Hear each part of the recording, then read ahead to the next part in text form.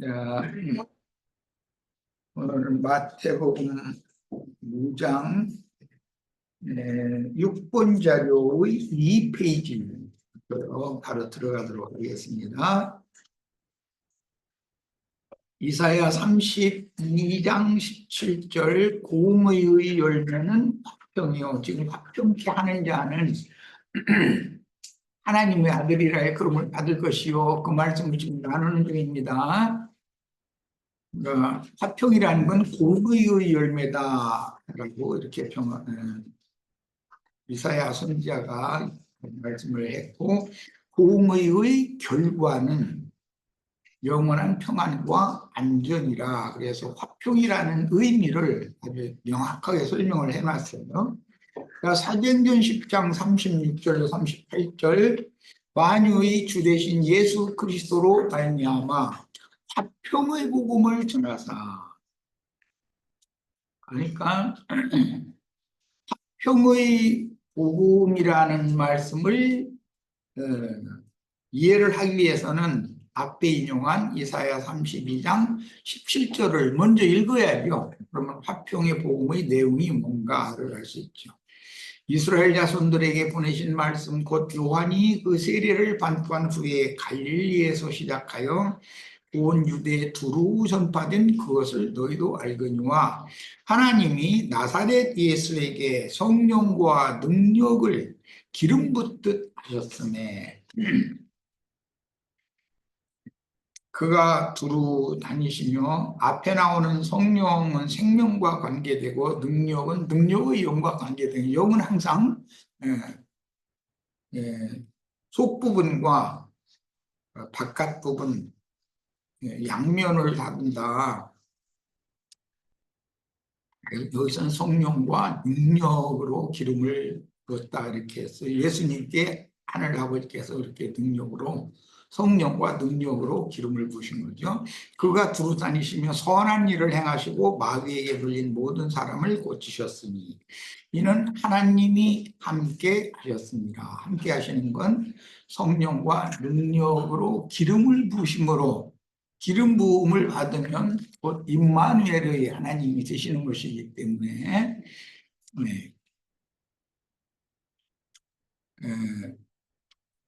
그 다음에 하나님이 함께 하신다라는 것은 임마누엘의 하나님이라는 뜻이에요.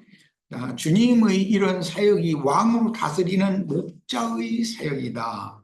목자가 되려면 당연히 성령과 능력으로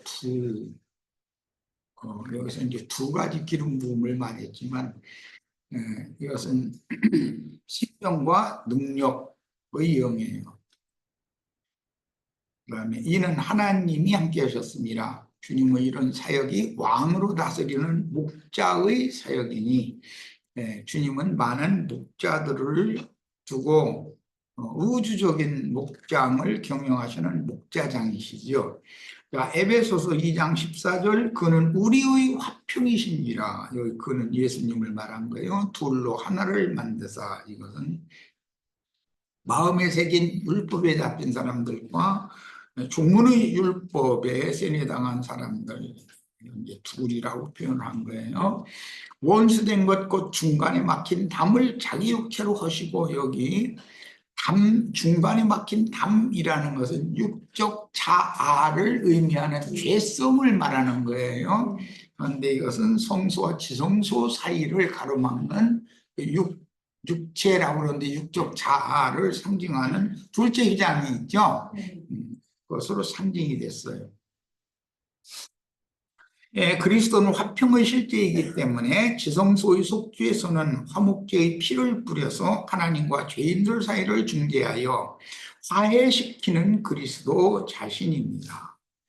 골로새서 1장 20절 그의 십자가의 피로 화평을 이루사 만물 곧 땅에 있는 것들이나 하늘에 있는 것들이 그로 말미암아 자기와 화목하게 되기를 기뻐하시니라.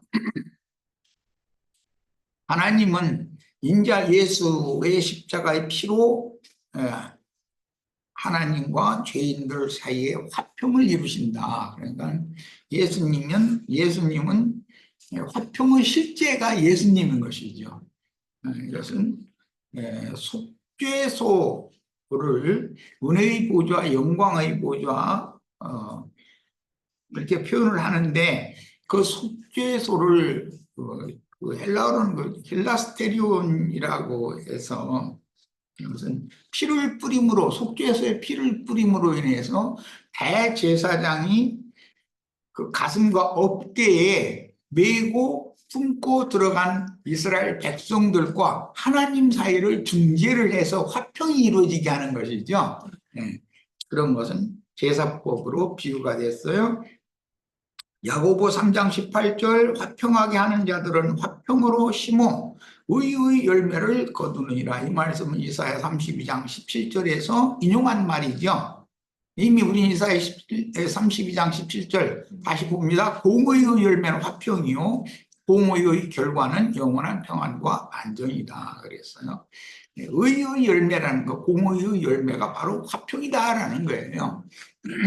자, 예수님은 하나님과 죄인의 관계를 화평케 하는 제물로 드려졌으며 사도들은 동일한 직분을 수행한 화목하게 하는 직분을 사도들에게 맡겼죠. 그러면 오늘 우리도 세상 죄인들과 하나님 사이를 중재해서 화평케 하는, 화목하게 하는 그런 직무를 우리가 오늘 맡은 거예요. 동일한 직분을 수행한 하나님의 아들들이었는데 이제 제자들은 부활하신 날 예수님은 맏아들이 되셨습니다. 그러면 그 예수님의 동생들이 이제 형제들이 되는 거죠. 부활하신 예수님의. 그 영을 받아 영이 거듭난 제자들은 많은 아들들이 되었으므로 오늘 우리들이죠. 지금 주님은 많은 아들들을 이끌어 하나님의 영광에 들어가려고 제자들을 입고 다시 현 세상을 살아가시는 중입니다. 이건 구약의 제사법에서 양 대제사장의 견배와 그 다음에 흉패의 가슴 부에 12 보석을 달고 들어가는데 거기 12지파 이름이 기록이 되었죠. 이것은 주님의 형제가 된 제자들을 메고 품고 하나님께 나아가서 그 제자들이 예수로 말미암아서 원수관계를 해결하고 화목하게 하는 그런 직분을 대제사장이신 예수님이 행하신다라는 걸 보여주는 거예요. 이것은 이 복음이라고 하는 것은 처음 한번 들음으로 그것은 모든 것이 완성되는 것이 아니고 반복해서 이 생을 떠날 때까지 계속해서 복음을 들음으로 쭉 말씀으로나 사람이 새로운 창조물이 될 수가 있는 거기 때문에 이 생을 떠날 때까지 끊임없이 말씀을 반복해서 듣고 또 깊이 깨달아가고 신앙의 폭이 넓어지고 이렇게 되는 것이 혼의 구원을 이루는 것이고 온전케 되는 것이에요. 그러니까 영만 거듭났다고 해서 그것만 가지고 만족하면 안 되죠. 자, 히브리서 2장 10절로 12절 그러므로 만물이 그를 위하고 여기 이제 만물 얘기가 나왔는데 만물은 육신의 눈으로 보이는 만물도 있지만 보이지 않는 영들의 세계가 있으니까 하늘에 있는 것들도 있고 땅에 있는 것들도 있고 땅 아래에 있는 사후 세계에 있는 것도 있죠. 거기는 이제 심판의 영과 관계되는 건데 이게 모두 눈으로 보이는 물질계가 있을 뿐 아니라 영계가 있게 마련이다. 물질계는 영계를 설명하는 표상이 되는 것이죠. 물질계가 모든 것을 완전한 건 아니죠. 그래서 지금 마침 10월 달에 있는 우리 특별 집회를 위해서 내가 집회 자료를 지금 작성을 하고 있는 중인데 창세기 1장의 그 창조 얘기를 천지와 그 안에 만물 창조 얘기를 하실 때 창세기 2장 1절에서 4절 사이에 보면 거기까지 쭉 설명한 것이 이것이 천지를 창조하실 때의 내력이다.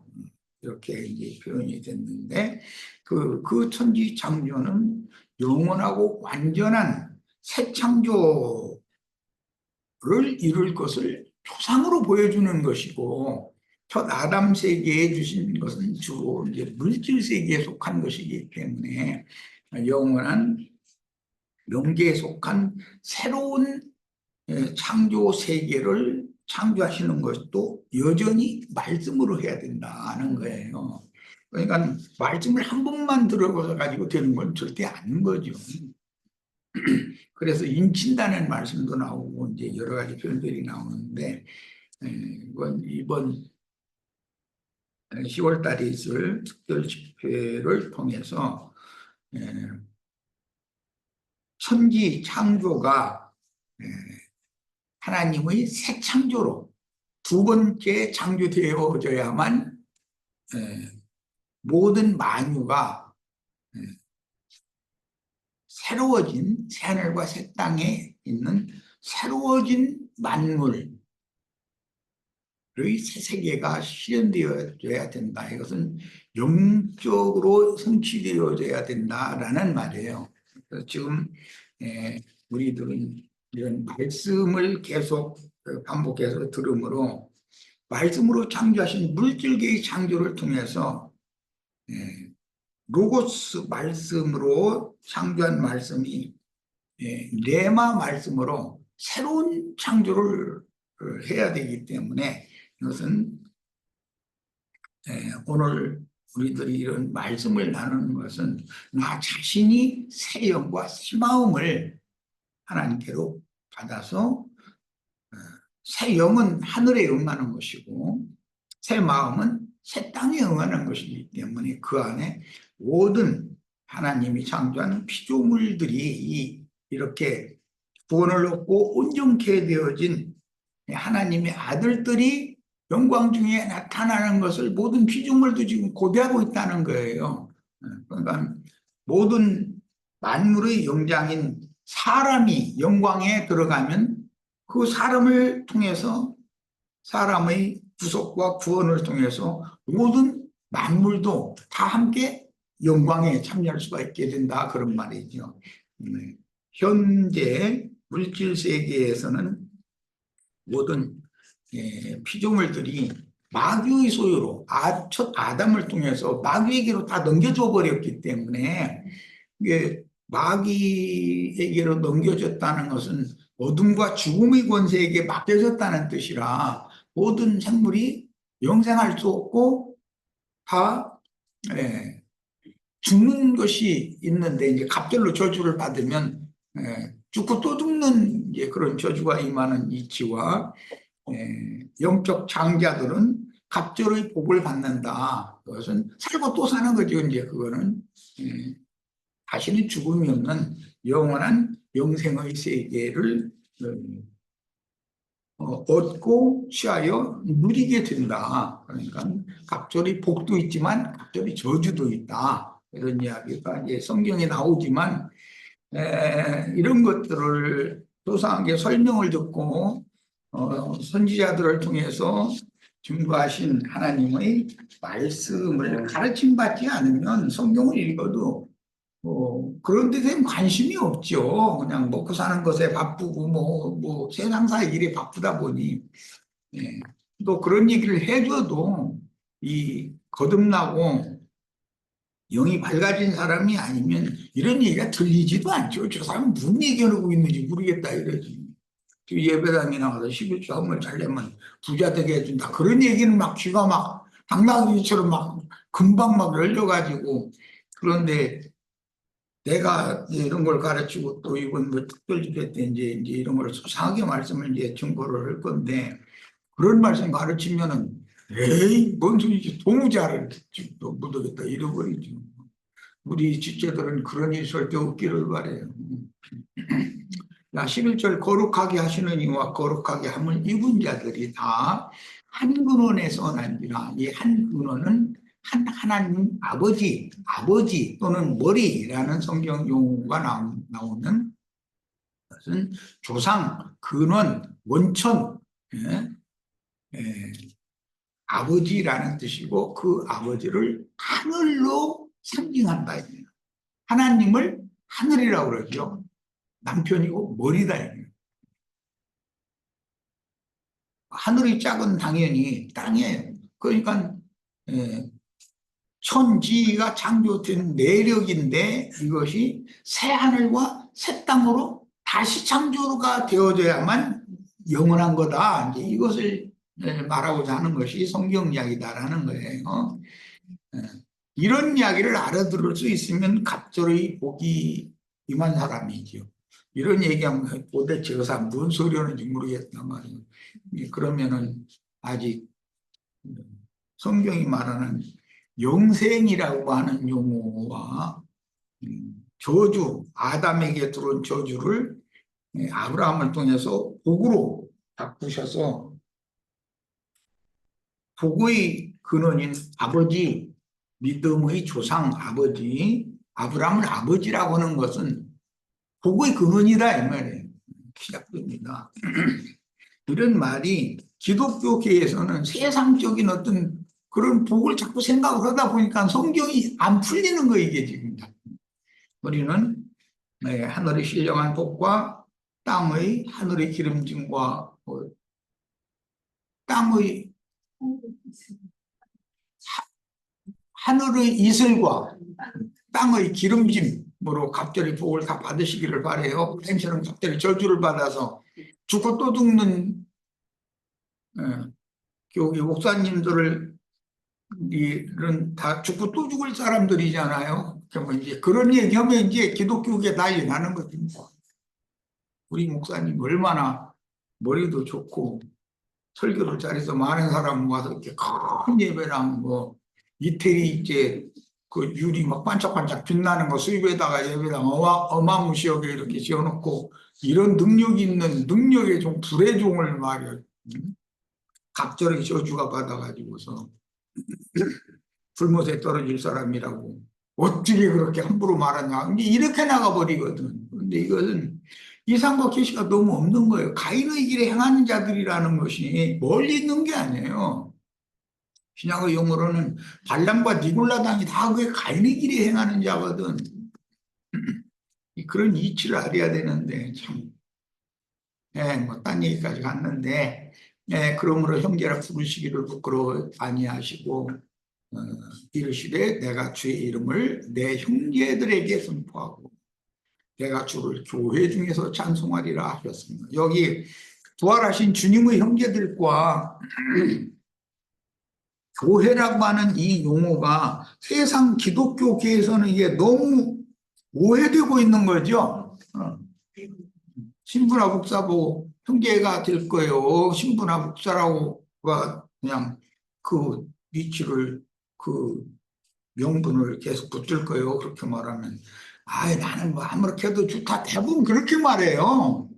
그런데 사실은 자기가 가르치는 어떤 소위 말하는 평신도라는 사람, 헌금도 잘 안 내. 그 사람이 와서 형제 만약 이랬다가는 그 미움 받쳐가지고 그 사람 그 예배당 생활 계속 할 수가 있겠어요, 그게? 자, 태초부터 스스로 계신 창조자 하나님의 말씀인 하늘 아버지께서 그분의 말씀으로 난 자들은 그분이 성령께 영이 거듭남으로 위로부터 다시 난 위라는 건 하늘 말하는 거예요. 하나님. 영적 자녀들이므로 육으로 난 것은 육이요 성령으로 난 것은 영이다 그랬어요. 거듭난다는 것은 영이 거듭나는 걸 말하는 것이죠. 구원을 이룬다라고 하면 혼이 구원을 이루어지는 것을 말하는 거예요. 이런 것을 말하는 거예요. 인자로 세상에 보내심을 받은 예수님은 죄악으로 인하여 하나님과 원수 관계가 된 죄인들을 대속하려고 보혜사로 오셔서 대속제물로 죽임을 당했습니다. 맏아들로 부활되어 승천하셨다가 살려주는 영인 또 다른 보혜사로 재림하여 제자들에게 새 생명의 호흡을 불어넣으셨고 오순절 때 능력으로 새 옷을 입혀주신 후에 모든 민족 땅 끝까지 파송하여 전도로 많은 아들들을 얻어서 주와 함께 영광으로 이끄셨습니다. 지금도 이 일을 계속 하시고 있는데 이것이 새하늘과 새 땅에 만물을 새롭게 하는 하나님의 새 일이죠. 이게. 이번 특별주일 때는 이걸 중점으로 말씀을 나눌 거예요. 고린도후서 5장 14절로 21절 그리스도의 사랑이 우리를 강권하시는도다. 우리가 생각하건대 한 사람이 모든 사람을 대신하여 죽었은즉 모든 사람이 죽은 것이라.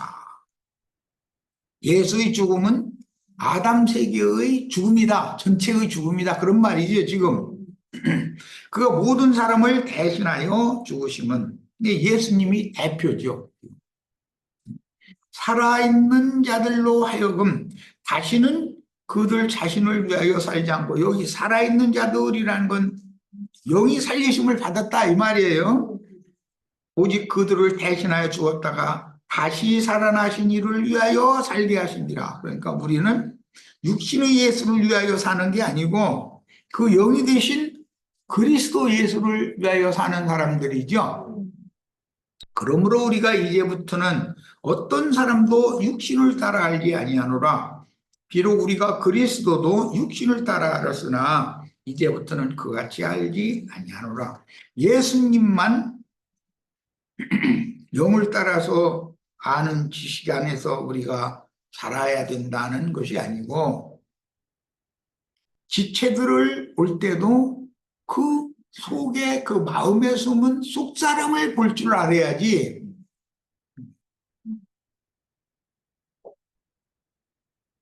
밖에 있는 그 외모만 자꾸 보고 함부로 판단하면 안 된다 이거예요. 예수를 알되 육신대로 알지 아니하고 영을 따라서 알려면 마음 눈이 밝아져서 그 영과 연합된 자신의 영에 계시된 예수 그리스도를 용접하여 생명의 연합관계로 알고, 안다는 말은 이렇게 알아야 된다는 거예요. 그 영과의 끊임없는 교통을 하여 기름 부음을 계속 받아야 된다. 그럼 말씀의 가르침을, 기름 부음은 말씀을 가르침 받음으로 받는 거니까 끊임없이 받아야 된다 이 말이죠. 청년과 처녀가 결혼을 해서 부부가 됐으면 그게 반복돼야 되는 것이지, 한 번 그냥 첫날 밤 우리 부부 관계 맺었으니까 그러고 그냥 늙어 죽을 때까지 소가 닭부듯이 서로 등반대고 지낸다면 그건 말도 안 돼. 그건 부부도 아니죠. 그건. 이런 이치와 같은 거다. 하나님은 기름 부음을 반복해서 하심으로 사람들에게 그분의 목적을 이루시는 중이다. 그것은 이제 뭐 복받은 사람의 특징은 생육하고 번성하는 거니까 그분의 목적을 이룬다는 건 거듭난 영혼들이 생육하고 번성해야 된다라는 것이 전제 조건이에요. 그런즉 누구든지 그리스도 안에 있으면 새로운 피조물이라. 이전 것은 지나갔으니 보라 새 것이 되었도다. 생육 번성을 하는데 아내가 자식을 못 낳는 것도, 사례가 자식을 낳죠. 늘 경수가 끝난 지가 오래됐는데도 자식을 못 낳죠. 그 기간이. 아니 난 이게 답답해 죽겠어. 우리 형제 자매님들 사람이 안 늘어나는 것도 답답해 죽겠어. 그런데 하나님께서 다 때를 정해두시고 하실 일이라고 또 한편으로 믿으면서도 좀 내 죽기 전에 좀 그 뭔가 좀 변화를 좀 봤으면 하는 마음도 또 있기는 있으니까. 사람이란 다 그렇지 뭐.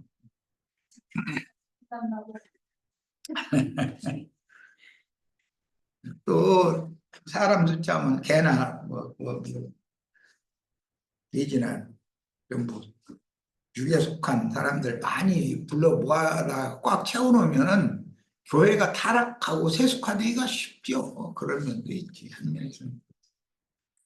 첫 아담 안에 있는 옛사람들과 구속을 단번에 이룬 그리스도 안에 있는 새 사람들의 구분은 육신에 속한 사람이냐, 즉 육적 자아의 지배를 받느냐. 육적 자아 속에서는 죄가 왕노릇을 하죠. 영에 속한 사람이냐, 거듭난 심령 안에는 주님이 오셔서 임마누엘의 하나님으로 주님이 임재하시고 계셔요.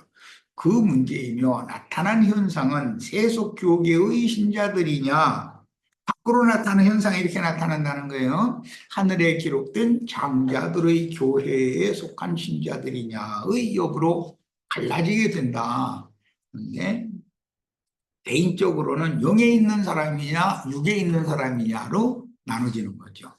자, 모든 것이 하나님께로 났으며 그가 그리스도로 말미암아 우리를 자기와 화목하게 하시고 또 우리에게 화목하게 하는 직분을 주셨으니, 제사장들이죠. 이제 곧 하나님께서 그리스도 안에 계시사 세상을 자기와 화목하게 하시며 그들의 죄를 그들에게 돌리지 아니하시고 화목하게 하는 말씀을 우리에게 부탁하셨느니라. 그러니까 화평케 하려면 말씀을 전해야 되는 것이죠.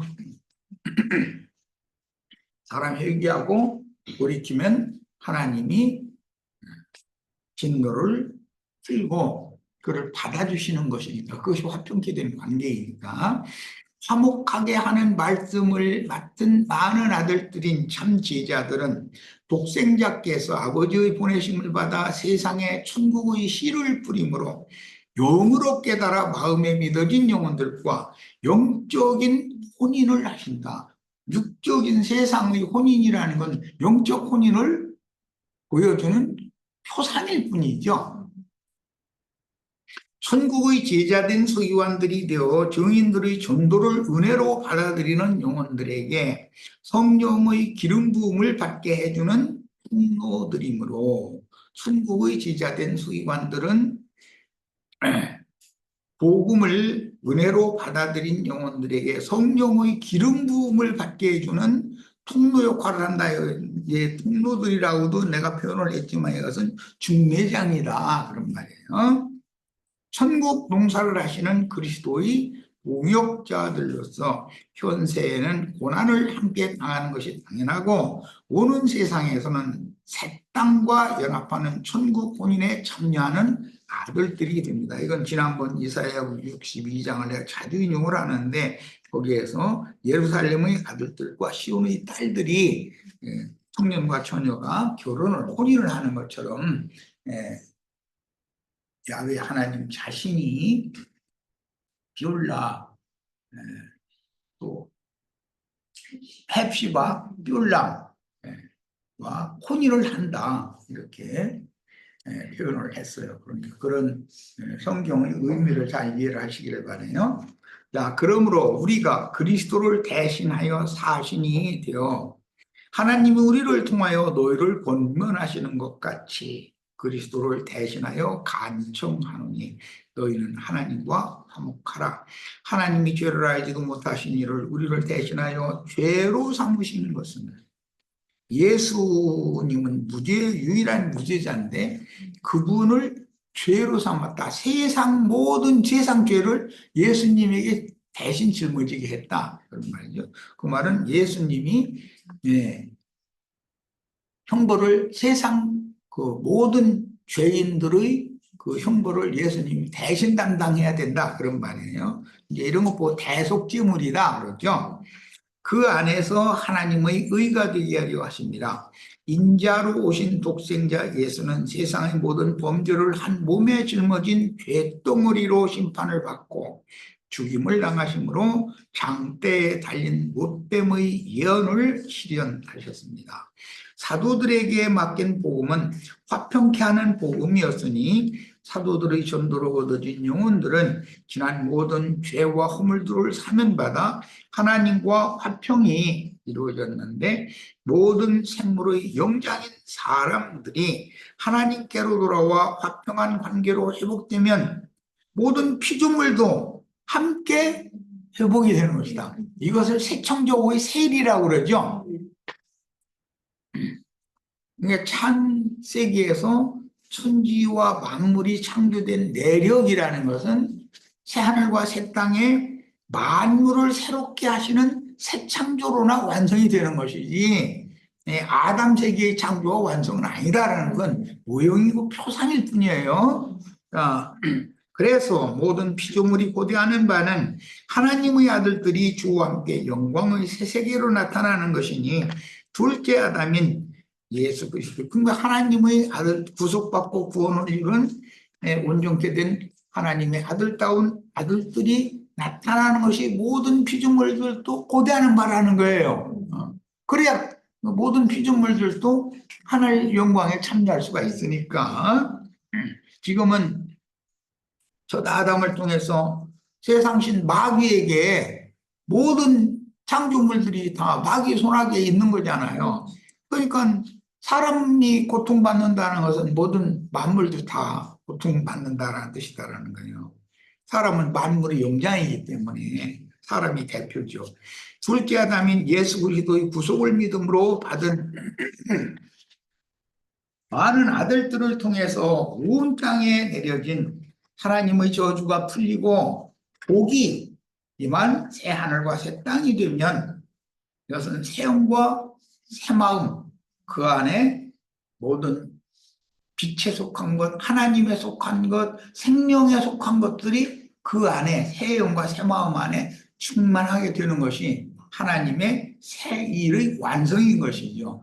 자, 이 말은 곧 사람이, 거듭난 사람은 그 혼미 온전한 구원을 이루어서 만유를 품을 수 있는 넓고 깊고 높은 사람들이 되게 하는 것, 이것이 하나님의 새 일의 완성이다라는 뜻이에요. 자, 첫 시간 여기까지 해서 마치겠습니다. 잠시 쉬었다